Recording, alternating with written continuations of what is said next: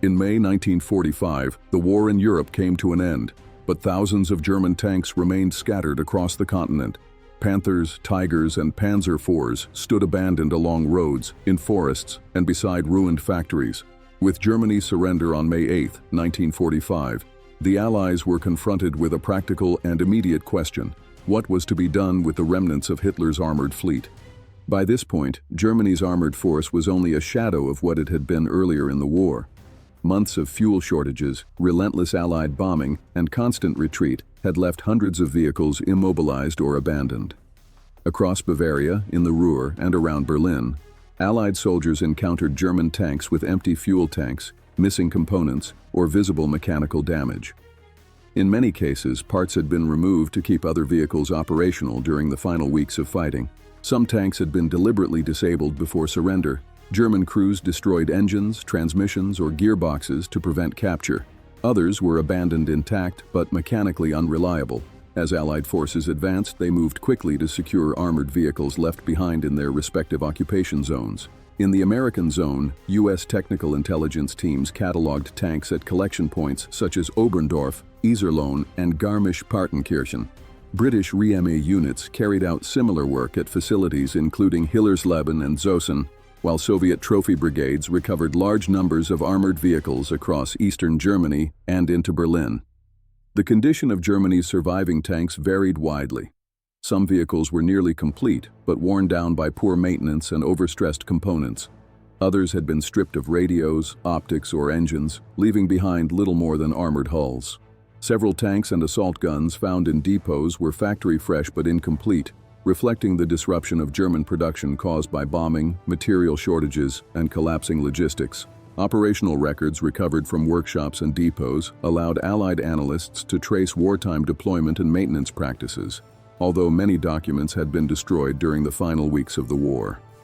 By the summer of 1945, most of Germany's remaining armored fleet had been gathered into Allied-controlled storage yards.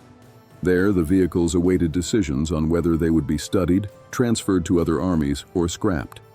As occupation zones were formally established in mid-1945, Allied priorities shifted from recovery to technical evaluation. The United States and Britain, in particular, sought to understand how German tanks had been designed, why they had performed so effectively in combat, and where their weaknesses lay. Selected vehicles were earmarked for detailed testing, either in Europe or overseas. For the United States, the center of this effort became Aberdeen Proving Ground in Maryland. Beginning in late 1945, the U.S. Army shipped examples of the Panther, Tiger I, Tiger II, Jagdpanther, and several German assault guns to the facility. Engineers conducted gunnery trials, mechanical endurance tests, and armor penetration studies. The results revealed a consistent pattern. German tanks offered powerful guns and high-quality optics, but suffered from chronic mechanical failures, particularly in final drives and transmissions. British studies followed a similar path, though most testing was conducted within Germany itself. British engineers compared the Panther's sloped armor and long-barreled gun to contemporary Allied designs such as the Sherman and Churchill. While they acknowledged the high quality of German optics and firepower, maintenance reports repeatedly emphasized how difficult German vehicles were to service under field conditions. British evaluations of captured German tanks influenced early Cold War thinking, but they did not lead directly to the adoption of German-style designs in British armored production. The Soviet Union approached the issue differently. Soviet trophy brigades collected large numbers of Panthers, Panzer IVs, and other armored vehicles, primarily for training, testing, and technical assessment rather than immediate operational use. Soviet test results largely confirmed observations made during the war. German tanks demonstrated strong frontal armor protection and high-velocity main guns, but their mechanical systems proved fragile. Under harsh operating conditions, transmissions, engines, and final drives wore out quickly, limiting long-term reliability. By the early 1950s, most captured German tanks in Soviet hands had been scrapped. Once spare parts were exhausted, maintaining the vehicles became impractical. However, some of the most significant technical discoveries came not from frontline tanks, but from former German research and testing facilities. At sites such as Kummersdorf, Döberitz, and Hillersleben, Allied teams uncovered incomplete hulls and experimental vehicles. These included elements associated with the Maus heavy tank program and components from the planned E series, which represented late-war German attempts to standardize armored production. Workshops at facilities such as Haustenbeck and Kassel contained damaged Jagdtigers, Panthers awaiting repair, and large stocks of spare parts. These sites provided clear evidence of late-war engineering efforts that never progressed beyond limited production or testing. They reflected Germany's attempt to overcome battlefield losses through increasingly complex designs, even as industrial capacity collapsed. Early occupation directives required all German armored vehicles to be reported, secured, and removed from unauthorized use. This led to debate among Allied planners. Some argued that the remaining tanks should be preserved for continued study. Others proposed transferring selected vehicles to Allied or partner nations. A third position favored complete destruction to prevent any possibility of future German rearmament. Each Allied power pursued its own priorities. The United States focused on systematic testing and documentation. The Soviet Union amassed large stocks of captured vehicles before deciding their fate. Britain, constrained by manpower and shipping capacity, conducted more limited evaluations, often at facilities within Germany itself. Despite these differences, Allied conclusions were broadly consistent. German tanks combined advanced optics and powerful armament with designs that were maintenance-intensive and difficult to sustain in the field. These findings shaped early Cold War armored development. Allied designers showed increased interest in sloped armor, improved fire control, and better optics, while also emphasizing the importance of mechanical simplicity and operational reliability. By the time testing programs concluded, the Allies still controlled thousands of tons of armored vehicles, spare parts, and unfinished prototypes. Between 1946 and 1948, the Allied Control Council issued a series of directives ordering the systematic destruction of German military equipment. Tanks, armored hulls, and vehicle components were classified as prohibited material. They were not permitted to remain in German hands or be reused for any future military purpose. As a result, large-scale demilitarization began across the former Reich. Industrial centers in regions such as Saxony and Thuringia became focal points for scrapping operations. Steel plants in cities including Bochum, Essen, and Magdeburg received long lines of armored hulls, many transported by rail from nearby depots. There, the remnants of Germany's armored force were dismantled and melted down, marking the final stage in the disappearance of the Third Reich's tank fleet. Across post-war Europe, dismantling Germany's armored legacy became a physical and industrial process. Workers cut Panthers, Panzer IVs, and assault guns into sections using torches, cranes, and heavy machinery. Germany's acute post-war steel shortage made this recycling effort economically significant. Recovered metal was fed directly into reconstruction projects, rebuilding bridges, factories, rail infrastructure, and housing. By late 1947, hundreds of armored vehicles had been melted down, leaving little visible trace of their wartime role. Not all tanks were sent to steel plants.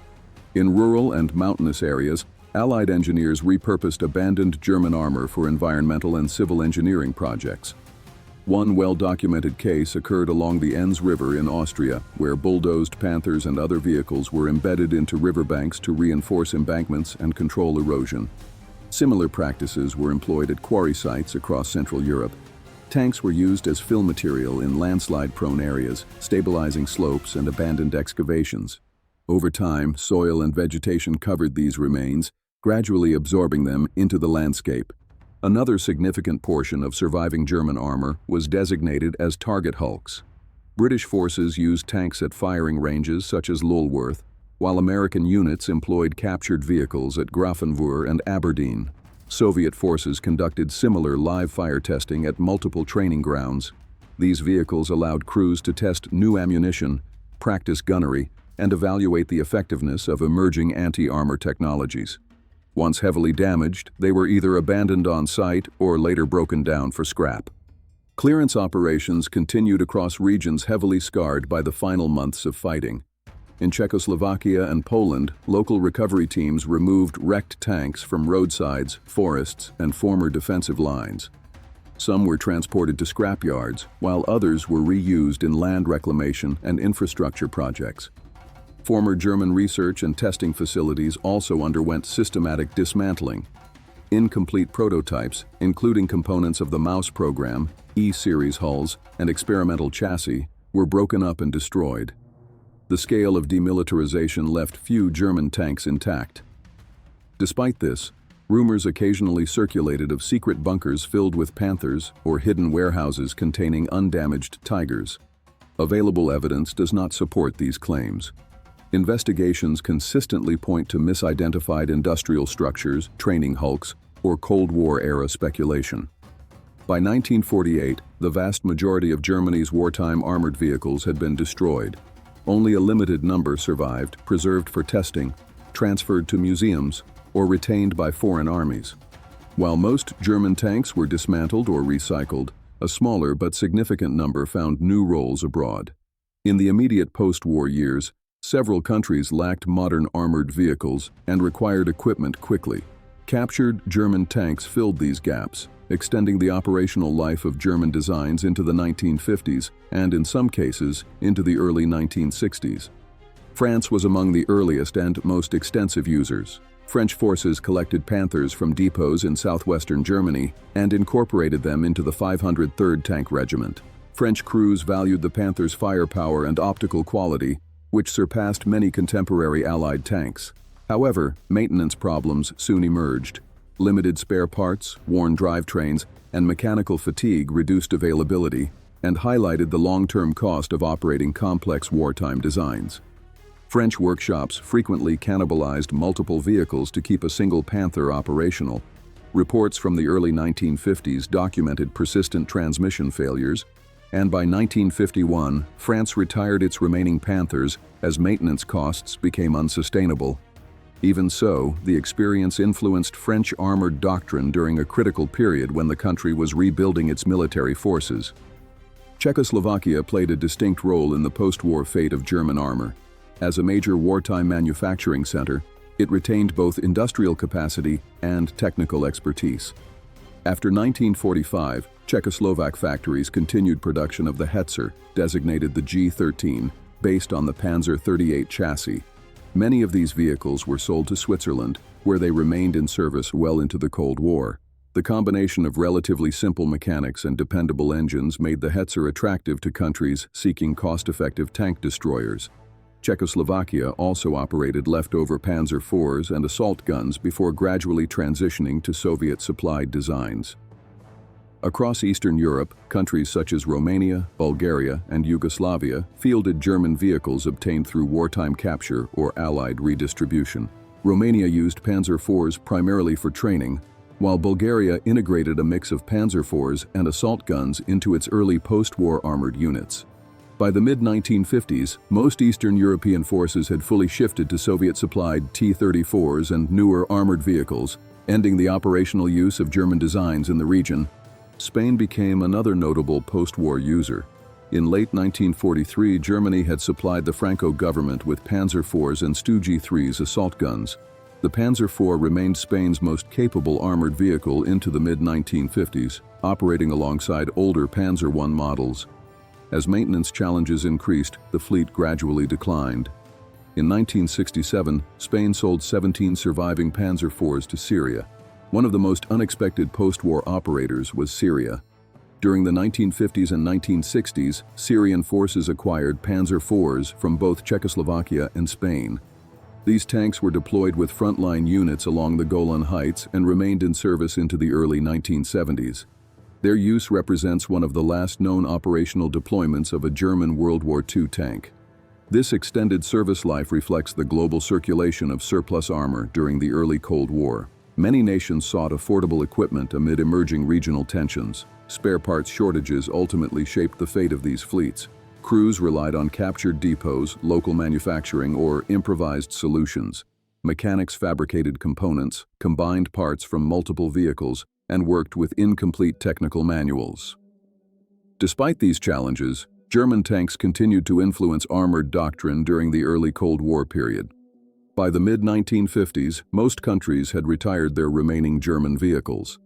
Larger armies transitioned toward standardized equipment supplied by either the United States or the Soviet Union. A small number of German tanks survived this process by entering museum collections or being preserved as monuments. Institutions such as the Tank Museum, Musée des Blindés, and the Kubinka Tank Museum preserved key examples, ensuring that these vehicles did not disappear entirely from the historical record. If you found this video informative, you may also be interested in what happened to Germany's U-boat fleet after World War II, how it was captured, studied, and dispersed across the world in the war's aftermath. For more carefully researched military history, consider subscribing to Battalica. Leave a like if the video added value, and share your thoughts in the comments. Thank you for watching.